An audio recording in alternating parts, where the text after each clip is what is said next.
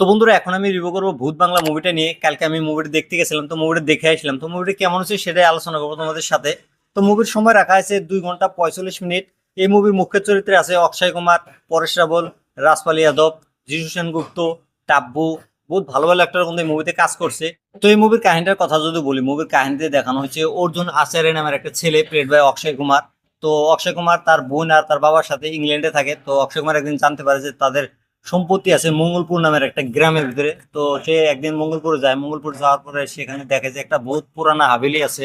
এটাতে তার ঠাকুর দাদা বাবা ছিল, তার বাবা ঠাকুর দাদা রাজা ছিল। তো সেখানে যাওয়ার পরে মহলটাকে পুরো চকচক করে রং টং মারে।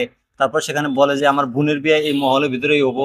তারপর সেখানকার লোক জানতে পারে যে এখানে বিয়ে হবো বলে। তারপর অক্ষয় কুমারকে বলে যে এটা মঙ্গলপুর, এখানে কোনো শাদিও না বা বিয়েও না, এখানে যদি বিয়ে হয় তাহলে বধূসু নামে কোনো একটা অসুর এসে বধূকে তুলে নিয়ে যায়। তারপর অক্ষয় কুমার এই কথাটা বিশ্বাস করে না। তারপর অক্ষয় কুমার ধীরে ধীরে এই কথাটা বিশ্বাস করতে লাগে। তারপর কি হয় না হয় কেউ যদি দেখতে চাও, জানতে চাও, তাহলে তোমাদেরকে এই মুভিটা দেখতে লাগবো, সামনে কোনো সিনেমা করে যায়। তো এই মুভিটা আমার কাছে কেমন লাগছে যদি বলি, এই মুভিটা আমার কাছে কিন্তু একটা এভারেজ মুভি ভাই। আমার কাছে কিন্তু অত একটা খাস লাগেও নাই। বহুত কিছু আছে যেগুলো আমার ভালো লাগে না, বহুত কিছুই আছে যেগুলো আমার কাছে খুবই ভালো লাগছে। যেমন মুভির ফার্স্ট হাফের কথা যদি বলি, মুভির ফার্স্ট হাফটা আমার কাছে কিন্তু খুবই ভালো লাগছে। যেমন ভাবে রাজপাল যাদবের কমেডি গুলা দেখানো হয়েছে, অক্ষয় কুমার আর রাজপাল যাদবের যে যে যুদ্ধগুলা দেখায়, তাদের ভিতরে ভুল মাপচুপ ঘটনাগুলা যে হইতেছে, সেগুলা কিন্তু দেখতে খুবই ভালো লাগে আর খুব হাসি পায় কিন্তু। যখন থেকে ভাই পরেশ রাওয়াল আর রাজপাল যাদবের এন্ট্রি হয়েছে না ভাই, তখন থেকে মুভির কাহিনীটা ভাই অন্য লেভেলে গেছে ভাই। ভরপুর কমেডি ছিল ভাই প্রথম হাফটাতে ভাই। সেকেন্ড হাফের কথা যদি বলি ভাই, সেকেন্ড হাফের ভিতরে যেভাবে কাহিনীটা সিরিয়াস পয়েন্টে যায়, সেগুলো কিন্তু অত একটা কিন্তু খাস লাগে না ভাই। এখানে পুরা সিরিয়াস বস্তু দেখাইতেছে, যেমন বধূসুরের ব্যাপারে কথা চলতেছে। বধূসুর কে ছিল সেগুলা ফ্ল্যাশব্যাক দেখানো হয়েছে, তার বাবা কাছে এই কাহিনীগুলো শোনে। তারপর কি হয় না হয় সেটা তোমরা কিন্তু মুভি দেখলে বুঝতে পারবা। মুভির ক্লাইম্যাক্সটা কিন্তু আমার কাছে তো একটা খাস লাগে নাই। লাস্টে যে ফাইট সিনটা দেখানো হয় বধূসুর আর অক্ষয় কুমারের ভিতরে, এই যে চাম্বাদুরের সাথে যে উড়ে উড়ে যায়, সেই সিনটা কিন্তু আমার কাছে অত একটা খাস লাগে নাই। আর একটা সিন আছে যেটা ভালো লাগে নাই, যখন অক্ষয় কুমার একটা পণ্ডিতকে নিয়ে রেল স্টেশনে যায়, তখন যে তাদের গাড়ির ভিতরে একটা গাছ পড়ে, সেই সিনটা আমার কাছে অত একটা খাস লাগে নাই। সিজিআই ভিএফএক্স যেগুলো ইউজ করছে অতটা ভালো না। আর যেগুলো মহল দেখানো হয়েছে সিনেমাটোগ্রাফি, এগুলো কিন্তু খুবই ভালো হয়েছে। অ্যাক্টিং এর কথা যদি বলি, অক্ষয় কুমার ভাই অসাধারণ অ্যাক্টিং করছে ভাই এই মুভির ভিতরে। অক্ষয় কুমারকে আমি 3টা 4টা লোকে দেখলাম ভাই এই মুভির ভিতরে ভাই। যেমন তার ক্যারেক্টারটা দেখানো হয়েছে মুভির ভিতরে, আমার এই যে সচিন স্কুলের কথা মনে পড়ছে ভাই।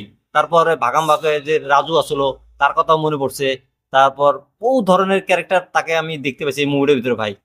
তার এক্সপ্রেশন আর তার কমেডি টাইমিং টপ ক্লাস ছিল ভাই। রাজপাল যাদবের কথা যদি বলি, রাজপাল যাদব কিছু কিছু ডায়লগ গুলা রিপিট করছে, যেমন পুরানা মুভির ডায়লগ গুলা, সেগুলো অসাধারণ ভাবে করছে। তার অ্যাক্টিং কিন্তু ঠিকঠাক ভালোই আছে।